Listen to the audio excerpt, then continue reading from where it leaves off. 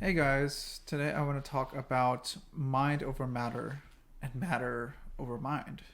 When solving problems, especially when being a male, we like to use logic and reasoning to figure our way out, manage ourselves into doing what we want to do, what is best for us. That's the method of mind over matter.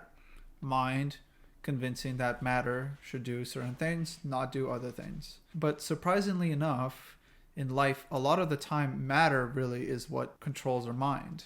You touch a stove, boom, your hand jerks back. Now your mind has learned because the body reacted. The body felt something, and then the mind received the message and went, oh my God, that was so hot, so bad for my hand. Oh my God, now I'm afraid a little bit of cooking. I'm a little afraid of like stoves and all this stuff.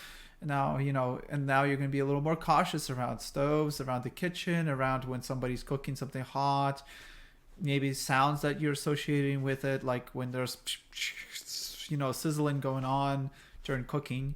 You'll go, oh, I'm afraid of walking up because what if something burns me again? And I'll feel that, and my brain, my mind doesn't want that. It's body over mind because your body responded to the world and then your mind learned. We think that our mind can respond to the world, and by our mind responding, our body will learn, which is the typical way that I've approached my problems, typical way I think a lot of people tend to approach problems, because at least for me, it's easier to figure out concepts than it is to like take action and be in the present moment and things like that. Which is what makes taking the first step really difficult, which makes it really difficult to break barriers in your mind, things like that. But a lot of those barriers in your mind come from the outside world affecting your mind. But it also affects your body. Body can have power over our minds, just like our minds can have power over our bodies. So using both is extremely important, because otherwise you're only really using half of the options you have around you. So today I was a little grumpy, and I was kind of like not really feeling doing anything. And then I realized that I was feeling certain ways, and I was like, maybe I need some nap or sleep. And I took a nap and I felt better. So I was lacking on sleep, and the sleep actually gave me the rest and energy and refreshment for my mind to feel different. I felt a little bit more easygoing, more able to bend my mind around things. So my body caused my mind to have a different experience, and therefore a different approach, therefore a greater ability to weigh to things that I wanted to. It's almost like our body and our mind are two different tools. If one is not working, you can't use the one that's not working to fix what's not working. It's like a broken tool doesn't fix the broken tool, because they're both broken, and it's the same thing too. You're using like mind to like try to do some kind of jump roping and jumping through hoops to get your mind to be better. But that doesn't work all the time, and most of the time it actually doesn't work. Maybe then try to use your body. Maybe your body can actually help your mind. If your mind is really fucked, maybe your body can heal it if your body's in a better place. And then if your body is just feeling like shit, maybe you can use your mind. For example, if you're feeling really sick, and you have to let your body like take certain medicine, and the medicine takes effect time, and you're like, oh, my body feels so bad right now.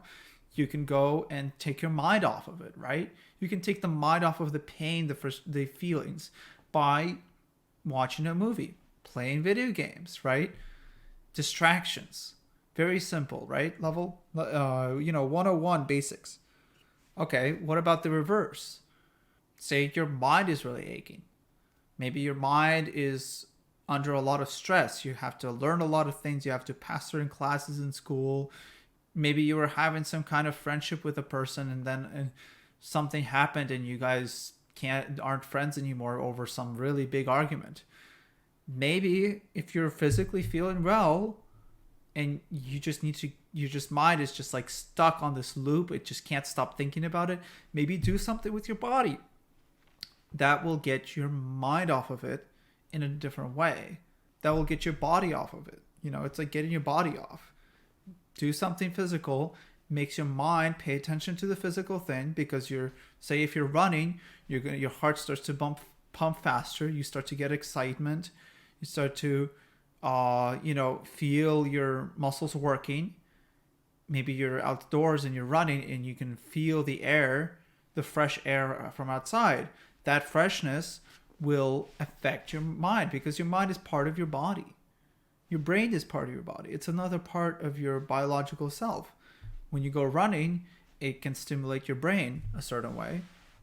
After that, your mind has taken a break from thinking in this circular way about some problem, and you'll have a fresh mind to come back to the issue. And then you are more likely to find a way to deal with the problem. My point here is, I was feeling kind of shitty, and then I really wanted to get some things done. I wanted to practice some singing. I wanted to get some things done. I wanted to practice something. I wanted to learn something. I wanted to get some productivity in. But then I was just like really not feeling it, and I was just feeling so like exhausted, and I just didn't feel like doing anything. And I was like, I just slept. Why don't I want to do anything? And I was like, oh, I didn't really eat yet. So I was like, okay, fine, I'll cook something up. I forced myself to cook something up. I did, because my body isn't in the right place. My mind is busy on the body. So if I can get my body healthy using my healthy mind, my mind was fine. My mind was like, yeah, I need to get all these things done. I'm thinking positively what I should do. I'm thinking straight. But my body's like not there. It's like, I don't want to go through the motions of this. So I'm like, okay. My mind's like, well, if you just go through these motions, just enough to get your food cooked, then, you just eat it. Boom. Your body's going to feel better. And then body will be on your side. And then, of course, you're going to take some energy from your mind, but your body's going to be ready. And then, boom, you can go get something done. Then, of course, your mind's going to keep getting tired. Maybe your body won't get as tired, but your mind will. And then maybe you'll start, not being very effective. So then maybe you do something with your body to give your mind a break. Make it pay attention to something physical. Stop working and, keep alternating between the two. All these little tricks are really important to do. Never use something that's broken to try to fix something that's broken. It kind of doesn't work. And thankfully, we have like two drivers in our system. One driver on the front left sits and takes our mind places, whereas the right driver is following whatever we feel. It's our body.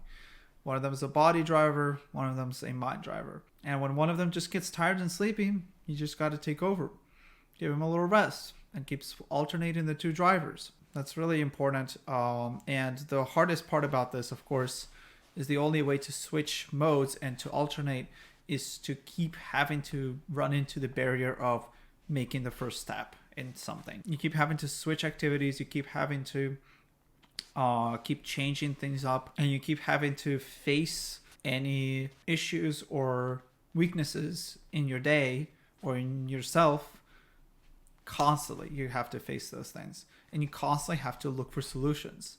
You have to constantly troubleshoot and problem solve around yourself. So it takes a lot of willpower.